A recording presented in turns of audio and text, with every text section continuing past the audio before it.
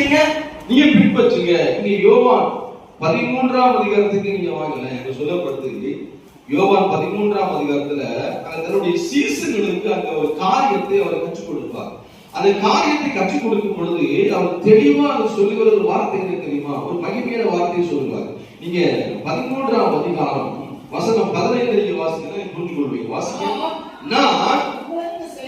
நான் உங்களுக்கு செய்தது போல நீங்களும் செய்யும்படி உங்களுக்கு பாத்தீங்களா, உங்களுக்கு நான் என்ன பண்ணேன்?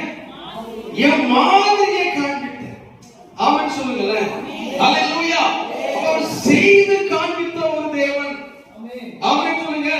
சத்தம் ஹல்லேலூயா. தன் மாதிரியை செய்து காண்பித்தார். நான் என்ன செய்யணுமோ அதை அவர் செய்து காண்பித்தார். ஹல்லேலூயா. தாழ்மையை அவர் செய்து காண்பித்தார். ஐக்கியத்தை அவர் செய்து காண்பித்தார். அன்பை அவர் செய்து காண்பித்தார். ஆமென். இந்த மூன்றையும் அவர் என்ன பண்ணாரு?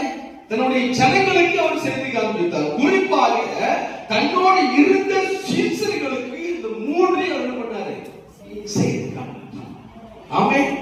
மாதிரியை காண்பித்தார். இன்னைக்கு நம்ம அந்த மாதிரியை கற்றுக்கொள்ள போகிறோம். எந்த மாதிரி கற்றுக்கொள்ள போகிறோம்? முதலாவது மாதிரி என்ன?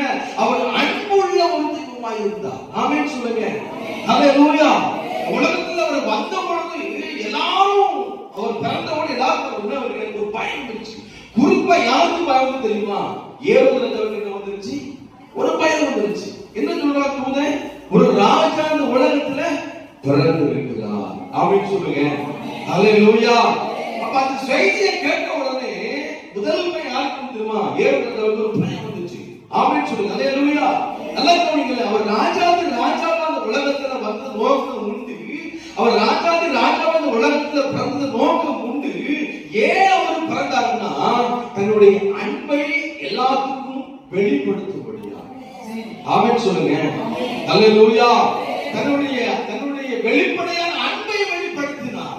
தனக்குள் இருந்த முழுமையான அன்பை வெளிப்படுத்தினார். அந்த அன்புல குறைவு காணப்படல, அந்த அன்புல பட்சம் காணப்படல. அந்த அன்புல எல்லாவற்றையும் தன் பிதா எதுக்கு இந்த உலகத்துக்கு அனுப்பி வைத்தாரோ அதை முற்றிலுமாக மாதிரியா எல்லாத்துக்கும் செய்திருக்காங்க. ஆமென். அல்லேலூயா சொல்லுங்க. அதுதான் அவர் பேர். என்ன பேரு? அன்புள்ள தெய்வம். ஆமென். மடிக்கடி சொல்லுவோம், அன்புள்ள தெய்வமே, அன்புள்ளவரே, இரக்கம் உள்ளவரே. ஆமென்.